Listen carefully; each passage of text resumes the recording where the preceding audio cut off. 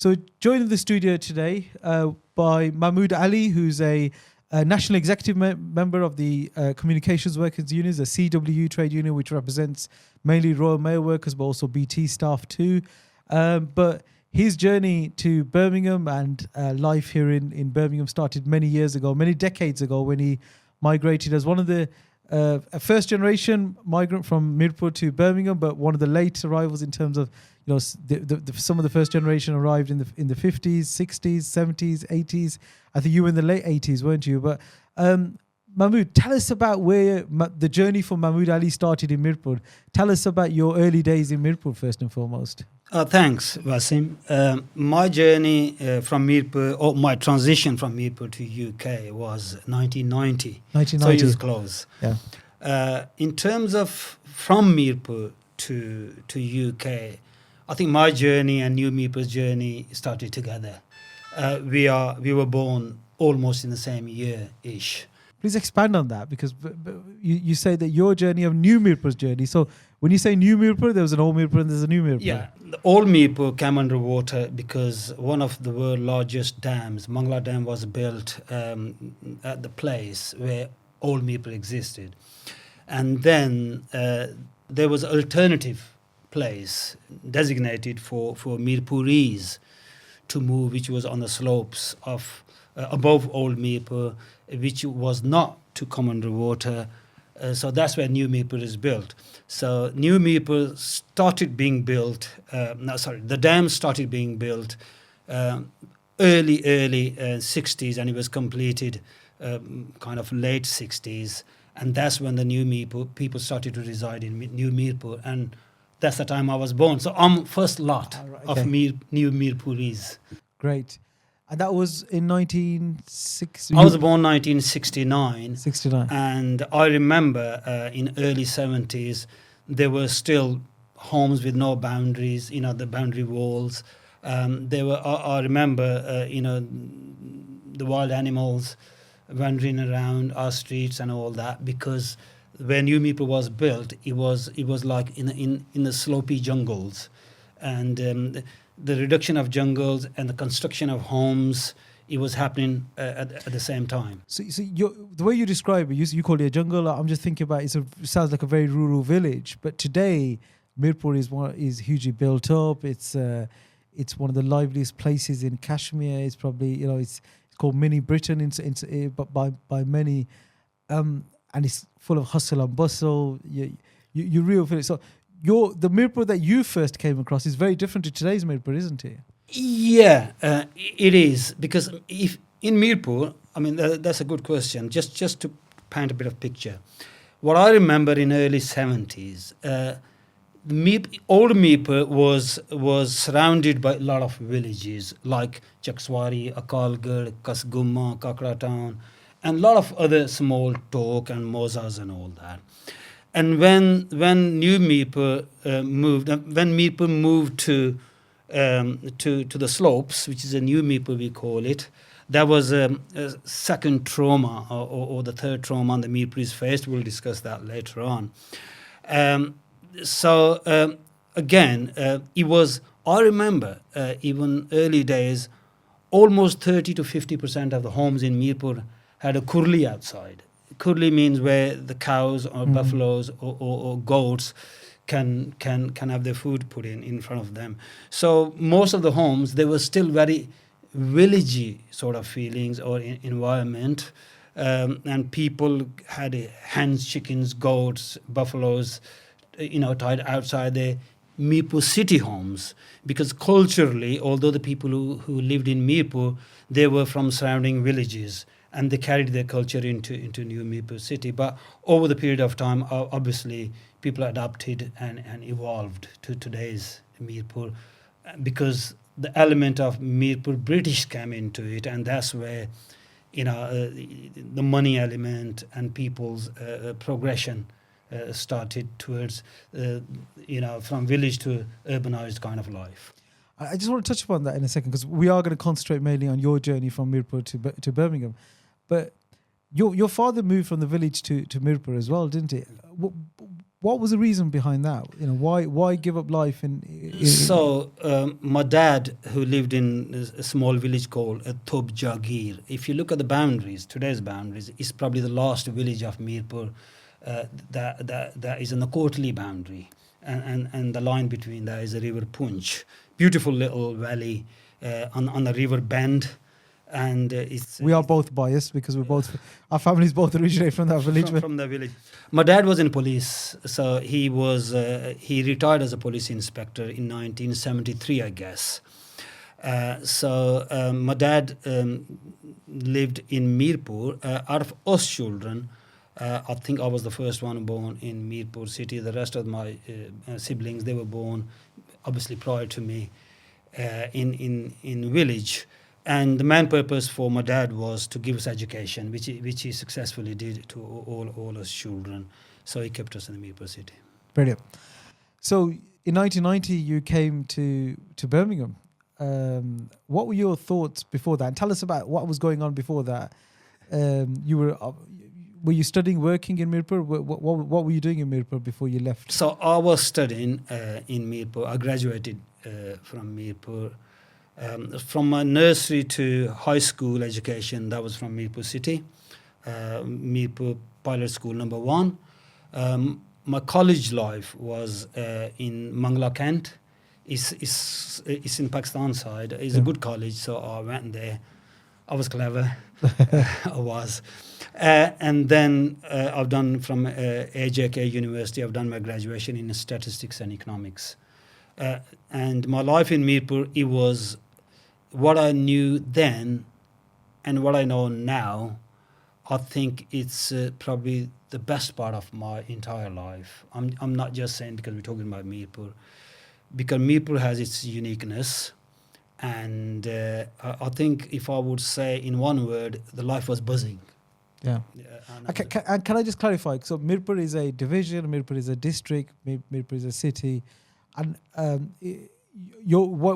you talk about Mirpur, you're talking about the town of Mirpur, aren't you? Very much the city of Mirpur, rather than the district and the division, because it's.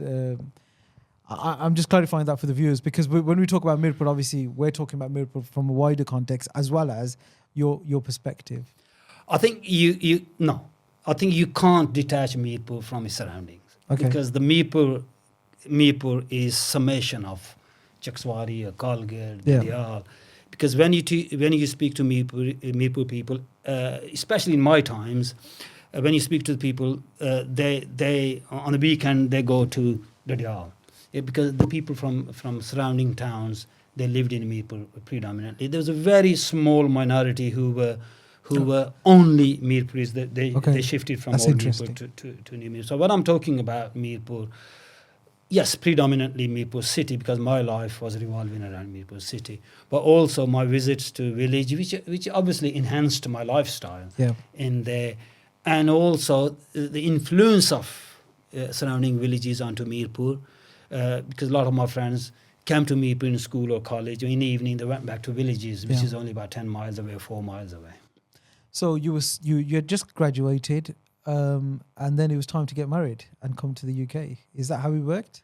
Yeah, I came to UK before I received my results. So I came in March 1990. The results came in September, I guess, something like that. I took my tests, my exams, and on my way, because I had my visa granted.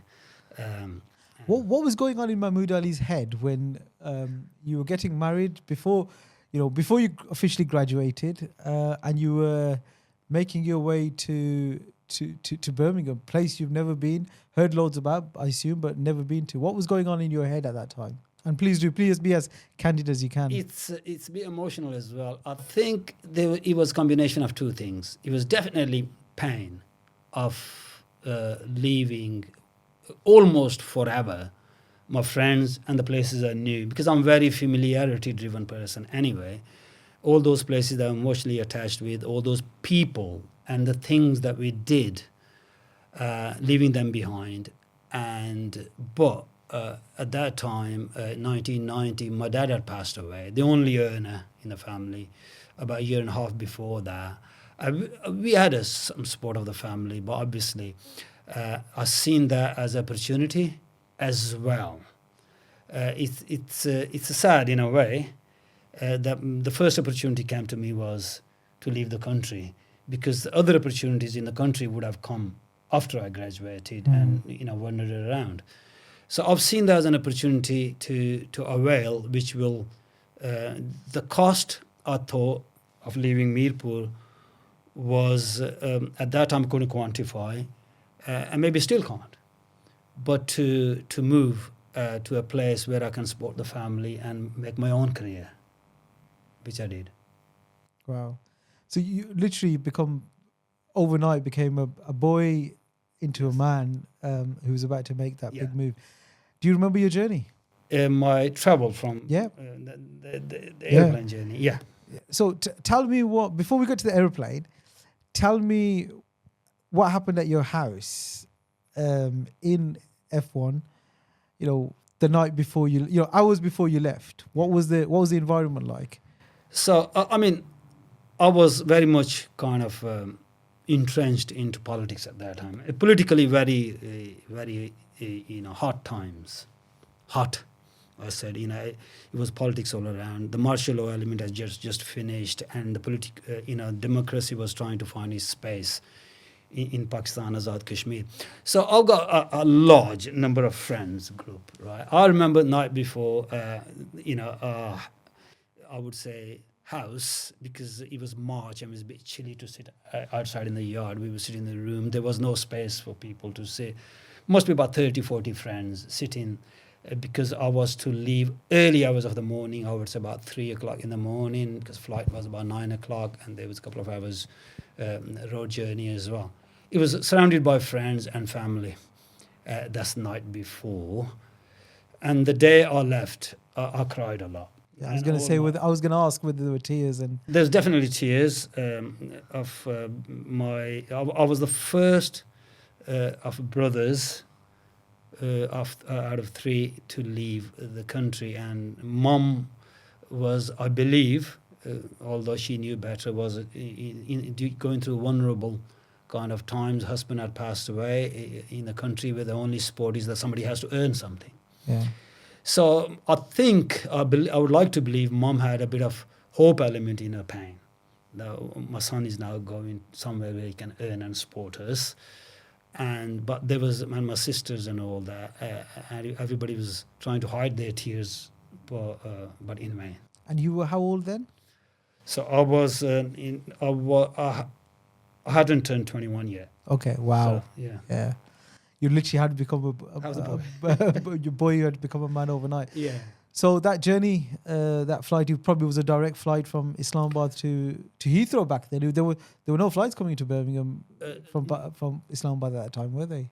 No, definitely not. No. Birmingham started much later. Yeah. My flight was Heathrow, but he landed in Moscow. Okay. For a few hours, and then to Heathrow. I remember doing that as a child. Or they stopped in Moscow for a refueling session or something. I don't know. Yeah. All I know, I've seen a lot of snow. It's kind of I never seen so much snow.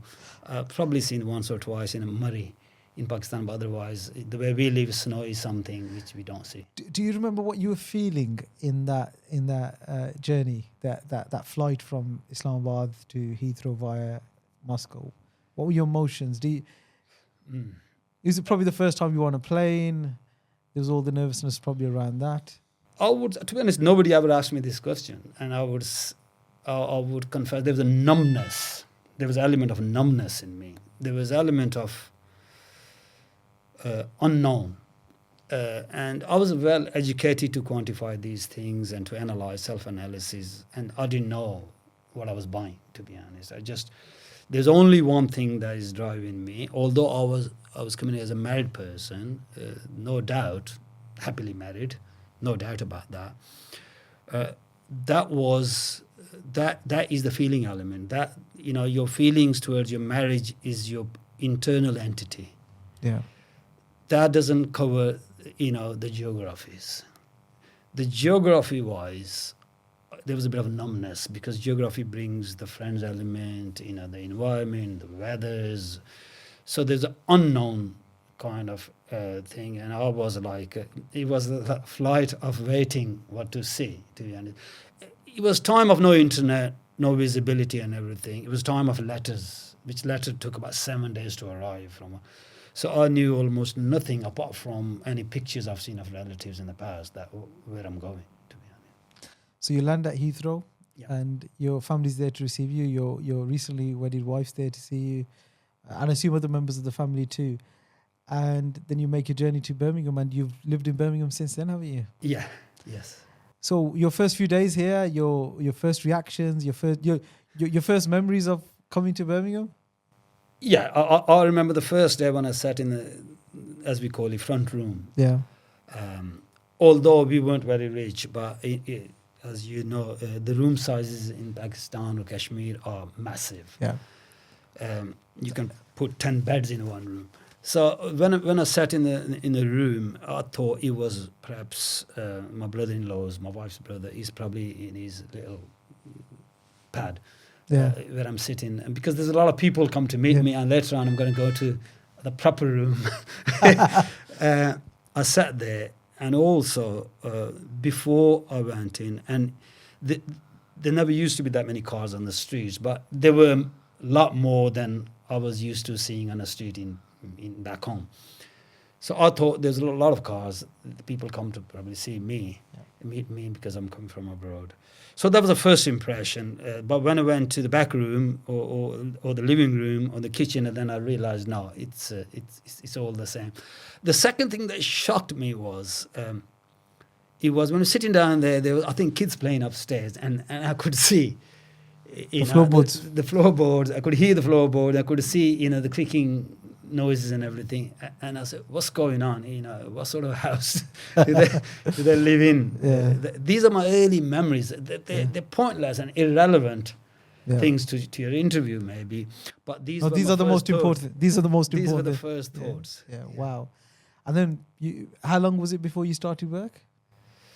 It was a recession time, 1990. I joined some YTS we used to have, Youth Okay. Training System or Scheme. Yeah. So I was there for a few months. It took me almost exactly a year since I went into job. I tried to do a couple of jobs. I just couldn't settle in. Yeah, I couldn't settle in. I think my past was haunting me. To be fair, I never could. Were you struggling? Were you struggling to settle? Yes. Yeah. So I went to work in a bakery, and where my job was to. I was soon after the oven, soon after the oven, when the lid of the die where bread is baked, it comes off, and then roll off the belt. And they come down, and while they're rolling, they're already hot. When they're rolling down on the metal, they obviously get more hotter Yeah. because of the grinding element. So my job, I was wearing some chunky gloves to take them off and put them in the trolley in a certain order. And more I was putting in, more of them was coming. And I'm sitting there thinking, I'm not going to look at the clock, because I knew the first break was 10 o'clock. I started 6 in the morning. And I remember that was my first ever job. I tried to do a job, and I was having the film running off what I was back home. That's the first time I missed back, the college, the protests, the speeches, the stage, and, cutting newspapers, cuttings of my name mention and putting it somewhere. So I thought, I didn't look at the clock, and then carried on work until I thought, we're nearly 9:30 now. When I looked at the clock, it was 7:15. Wow. Yeah. 45 minutes And later. that was probably the longest 45 minutes. And I said, I can't. At this bakery, I left. I just walked out. you walked out. And this is the bakery where your uncles and your cousins, everybody who's your blood relative has been through this bakery, Yeah. hasn't it? That is the bakery, Yeah, isn't that's the it? bakery. British bakery? Yeah, British Bakery is Garrett's Green. Garrett's Green. I wasn't good enough. So you would have been classified as the odd one out in the family, because everyone else had Yeah. been through that. Yeah. So you were struggling originally to settle in. But when did Royal Mail come along into your life? So in March, through job centre, Yeah. I went into. They needed some casual workforce. I went to Royal Mail, and it's in March 1991 as a part-time casual worker. Brilliant. And you're still there. So originally I thought, when I went in there, I thought, okay, I'll work about 3 months here. I want to save about £1,000. I wanted to buy a Ford Capri.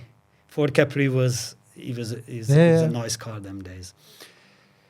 So I worked 33 and a half years. I haven't saved £1,000 and never driven a Capri. I've driven other cars, but I've never driven a Capri. I probably never will, because it's very hard to afford Capris still. Yeah, I think Royal Mail worked out over the period of time. It worked out the place where I wanted to be. We're going to talk more about your Royal Mail career and how that's evolved shortly. But I want to. You talked about walking into a family home, a bit about family. You've talked about finding work. Did you see Birmingham? Did you go and explore Birmingham? Was there anyone around? And what did you do when you weren't working or when you weren't spending time with your family? What were you doing?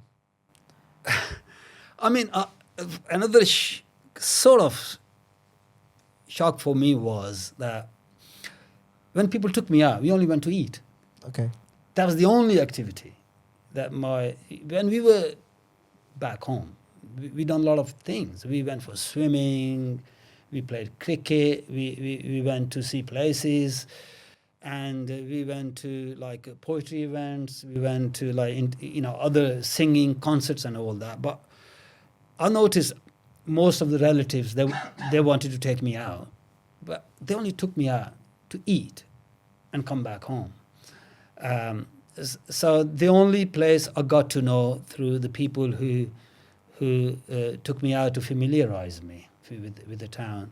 It was a town centre I familiarized myself well with, and also Coventry Road-ish, because there's better eating places in Coventry Road or Stony Lane. Okay. Stony Lane was more so than Ladypool Road, because Ladypool Road, I guess, developed more, unless my knowledge was... No, Stony Lane was the original Balti... Okay. The Balti Street, which became the Balti Triangle thereafter. Okay. So yeah, that's very interesting. And now today, your family developed. You had children. You're now a grandfather. You got a big family. Life's changed. So how was family life? How did you find that being? How did you find fatherhood in these new settings? I think I would say the brilliance that walked into my life was when I became a father.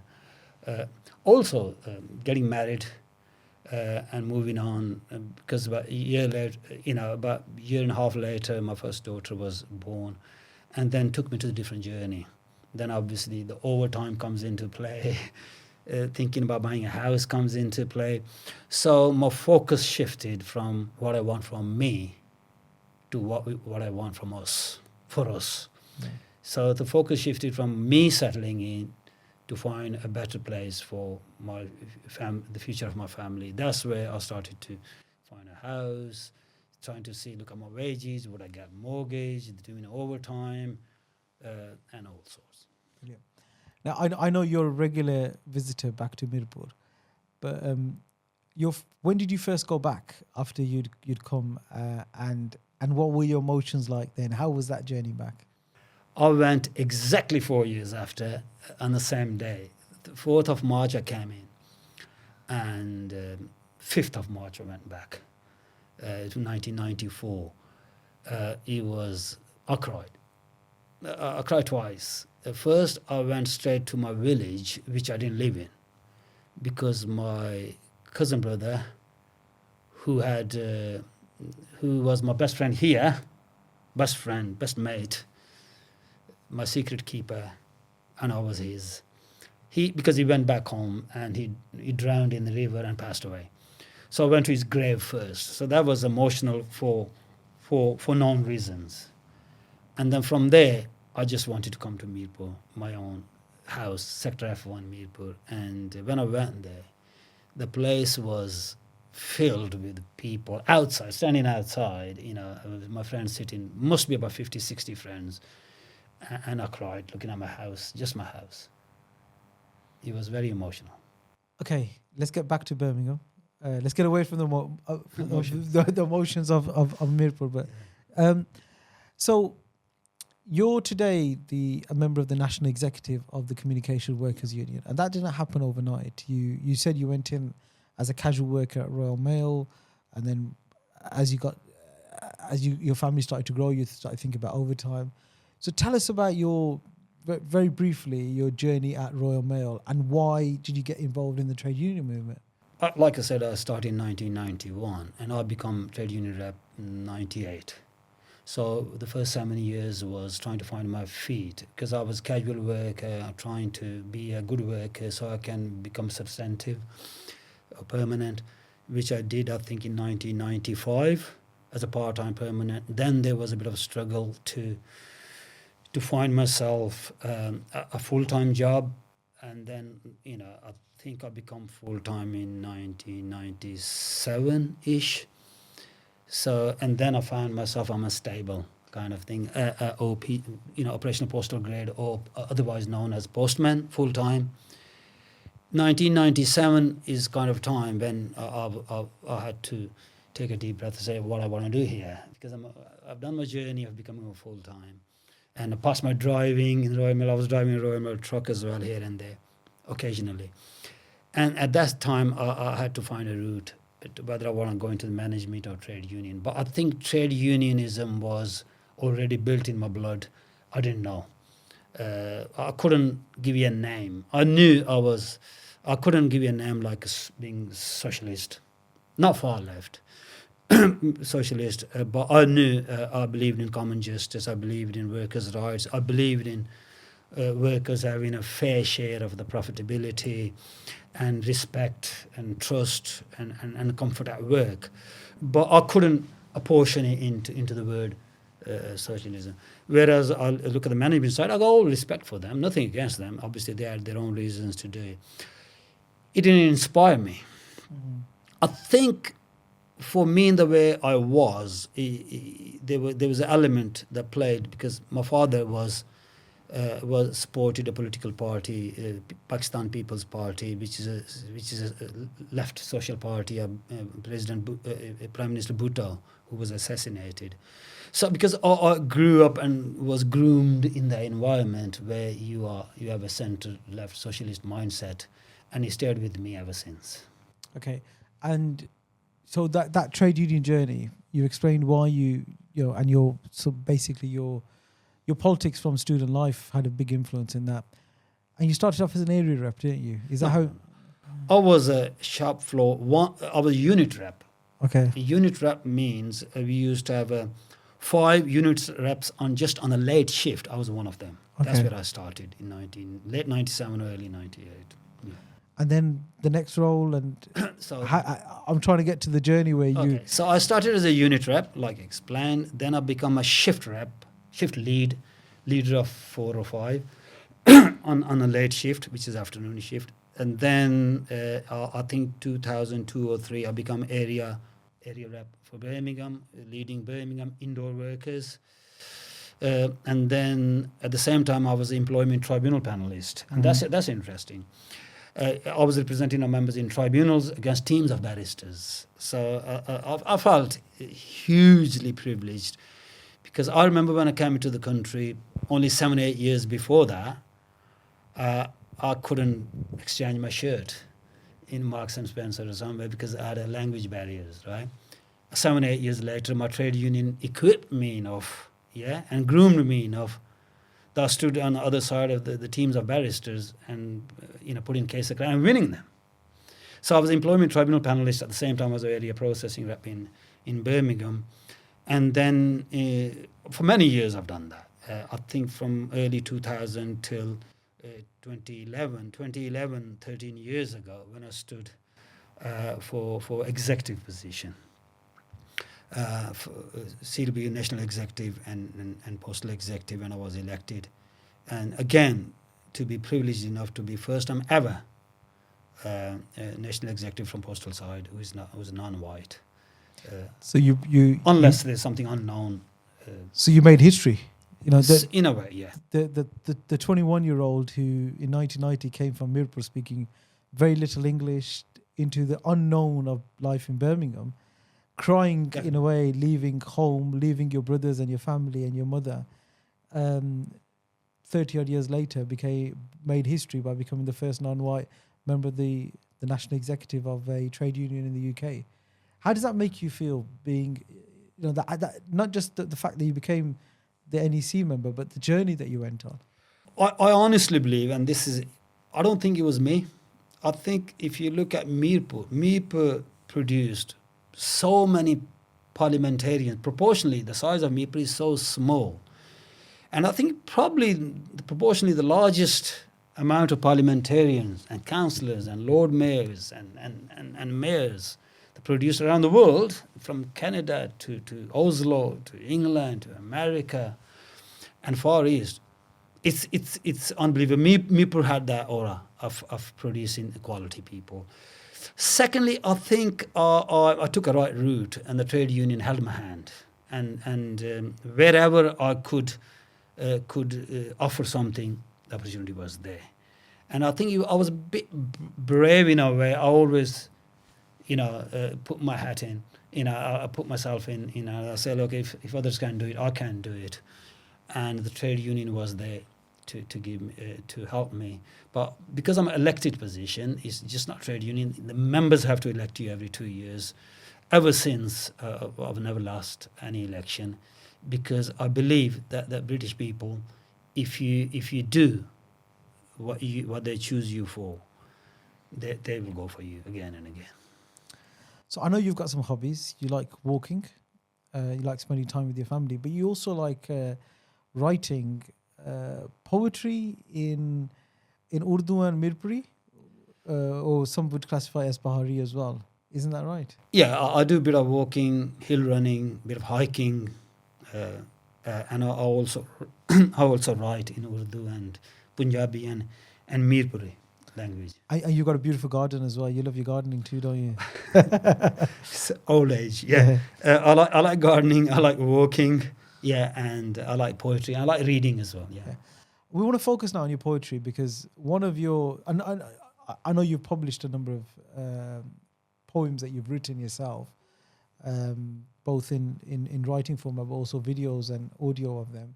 One went particularly viral, which hit the tone of a number of different. It wasn't just your journey, but many people can relate to what you were saying in that poetry in terms of their journey from Mirpur to Birmingham, or Mirpur to wherever in the world they went to. Could you? And it's in Mirpur, isn't it? Is it Punjabi? It's in Urdu. Okay. It's in Urdu. It's in Urdu about Mirpur. But about that poem, I must say this. I think I have to say this. That was my first poem after about 30 years. I used to do poetry in college days and university days. Then I stopped. I gone into the other walks of life. I was very ill after Corona, and I was sitting home, and I was missing Mirpur. I must say that makes me emotional even saying that now. I was missing Mirpur. I didn't know whether I will ever see it again. Okay. That's why I wrote that poem. Whilst you were ill during the... I was ill. I was bedbound months after Corona, because Corona got better for me. But that is a separate debate. Yeah. And at that time, one thing that was really hitting me was, would I ever be able to be well enough to see Mirpur again? And those words came to me, and then I wrote that. So would you mind sharing that poem that went viral? Yes, yeah. So the title of the poem is Meri Pehli Mohabbat, Mera Shahar Mirpur. And the emotions are talked about. You will hear that in the last share or kata we call it. So it goes, Mere desh mein rehne wale bata, wo shahar hamara kaisa hai, aur dam ka nazara kaisa hai, कैसी हैं गलियां नांगी की और चौक फवारा कैसा है, मेरे देश में रहने वाले बता, क्या मज़े वही हैं जीने के, जामे की लस्सी पीने के, दोपहर को फेरे नहरों पर और शाम को तिक्के मीने के, मेरे देश में रहने वाले बता, क्या पुली पे महफ़िलें सजती हैं यारों की टोलियां मिलती हैं, कोई संगी साथी ना पहुँचे तो गली में सीटियां बजती हैं, मेरे देश में रहने वाले बता।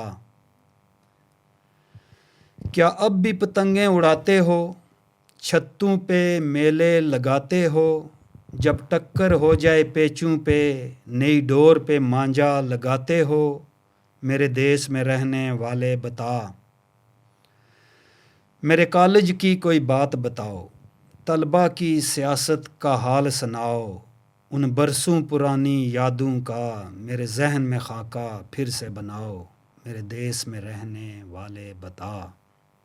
क्या ताश की बाजी लगती है, खूब रंग और सीप चलती है, क्या संगी इशारा देते हैं और कोट पे फैंटी पड़ती है, मेरे देश में रहने वाले बता। वो इट्टी टल्ला किधर गया, पीटू गरम भी बिछड़ गया, सिमटी पिच और टेप का बाल, बेफिक्र ज़माना गुज़र गया, मेरे देश में रहने वाले बता। क्या ईद पे मंगला जाते हो, किले पे जश्न मनाते हो, करके खर्च ईदी सारी, रात गए घर आते हो, मेरे देश में रहने वाले बता। कुछ गुडियां कट गई पेचों में और आन गिरी परदेसों में, कुछ लंगर ऐसे आन पड़े, सब डोर उलझ गई पलेचों में, मेरे देश में रहने वाले बता। मैं रोज़ शहर को जाता हूँ, गलियों की खाक उड़ाता हूँ, मूंद के आँखें लंबे पहर, बीते हुए लम्हे जगाता हूँ, मेरे देश में रहने वाले बता। अब जी चाहता है वापस जाऊँ, अब जी चाहता है वापस जाऊँ, अब और न फुरकत सह पाऊँ, कहीं शाम ना अपनी ढल जाए, मैं मिट्टी अंदर ना सो जाऊँ, मेरे देश में रहने वाले बता। Thank you so much. And that went absolutely viral, didn't it? That it's not just here in Birmingham or the UK. I think Mirpuris, wherever they were across the world, resonated with that and felt something quite unique about that, didn't they? Yeah, they did. I think it's like feeling of almost everyone, whether they're from Mirpur or not. Because obviously there are some lines in there which are only specific to Mirpur. For example, मीने के तिक्के, जामे की लस्सी और नांगी की गलियाँ, dam का नज़ारा. But apart from that, I've been to places where people asked me to read this, and people were emotional, even people from other areas. Yeah. People like from Islamabad, Pindi, Muzaffarabad, people find connection with that. It's one of those things that the migration keeps inside you, and you need sometime that valve to release yourself. You hear something triggers it. Yeah. And I think this was one of the trigger point for people. Mahmood Ali, thank you so much for sharing your story and sharing the emotions of that journey, and sharing your successes with us today, of which there have been many. It's been a privilege and honor to listen to you, to share this interview with you, and be in a position where we can share it with many others. Thank you.